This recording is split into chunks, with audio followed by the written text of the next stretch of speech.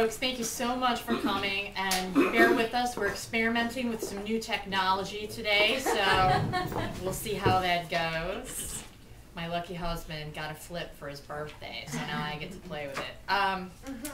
I'd like to begin today. This is so awesome to see all of you here, and we're really thrilled and pleased to be a part of sort of the rebirth of Robbins Bookstore. We know how important Robbins is and how sad everyone was to hear that Larry was closing downstairs, but we're glad this is still going to be here, and the spirit of Robbins is going to live on, and it's really important to all of us. So Christine and I and everybody at Philadelphia Stories are really proud and happy to be a part of all of that. I'd like to begin today. We have a lot of readers on tap, which is quite exciting for us.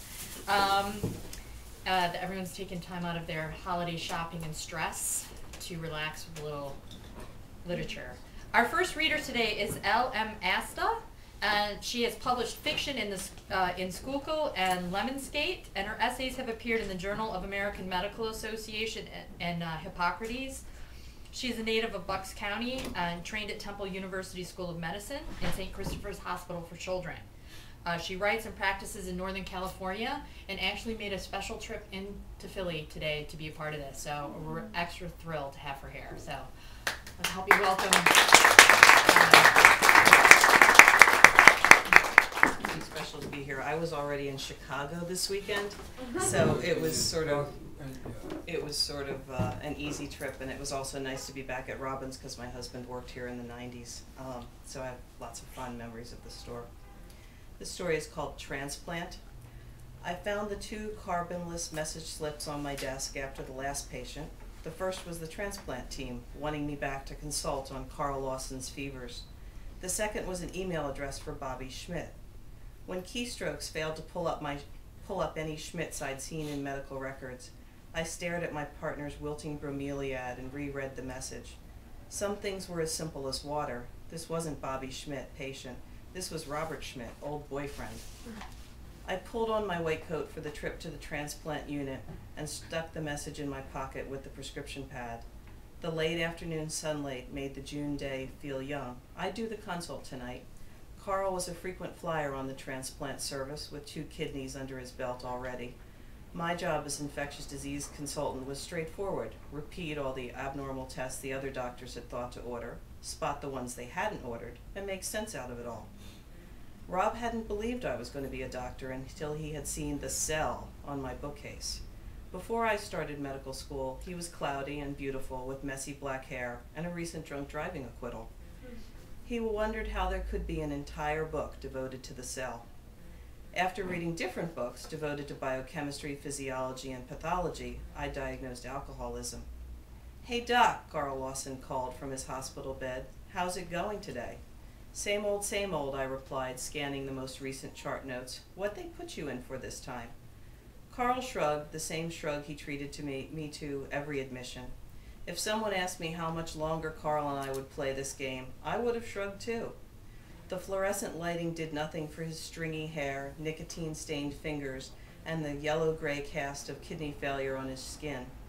Carl had a genetic disease that slowly destroyed his kidneys, but his bad boy substance abuse had landed him on dialysis before he turned 30. For 2 years, he had managed to clean up his act and pass blood and urine tests for all sorts of illicit drugs, while the transplant doctors hunted for the right donor kidney. As soon as Carl felt well enough after the transplant to start raising hell again, his kidney function deteriorated. It was back to dialysis and a second kidney transplant 3 years ago. More recently, Carl developed an abscess from a nasty resistant bacterium. Despite triple antibiotics that were damaging the transplanted kidney, his fever still raged. I was running out of suggestions. If the fevers persisted, we get a CT scan and see if there was anything the surgeons could drain. I wrote a brief note on Carl and moved the message from Rob to my bag before heading home. He'd been the love of my life, but that monumental memory was a place I no longer visited. I hadn't heard from him in a long time, and the last time, he'd practically crowed about an auto accident in which he'd lost consciousness and teeth. By then, I'd known a lot of patients like Rob. Sometimes they just hurt themselves, but I'd handed out enough tissues to weeping spouses, parents, and children to know that wasn't true. After residency, I retreated to practice a specialty that examined the dark old corners of childhood vaccinations, travel, and sexual activity. I could usually blame a virus, bacteria, or maybe even a parasite. When infections led back to another person, no matter how close, the correct term was vector. As contributor to his own demise, Carl never should have been given a second kidney after he burned out his first, but a commitment to a patient was a commitment, and the renal team, like forgiving parents, kept crossing their fingers and betting on Carl. Rob, with his self-destructive habits, was no better than Carl. When we had dated, he was almost as pale and thin as Carl was now, and I could count on one hand the number of times I remembered seeing him eat. He drank in bars, at clubs, and surreptitiously on the steps of the DC monuments that blazed against the night sky. In my medical opinion, Rob should have been burnt out, dead, consumed by sadness, anger, and, I might once have been able to believe, by love. On the drive home, I remembered Rob's sweet kisses, the result of alcohol dehydrogenase, metabolizing alcohol into the fruity acetaldehyde until my pager silenced the thought. The floor nurse reported that Carl had thrown his low-protein, no-salt dinner across the wall, nearly hitting the woman who laid the dinner trays. I reminded the nurse that I was the consultant for Mr. Larson's infection. She would have to call the renal service about his diet order. While she was at it, I told her she should probably call security and social services.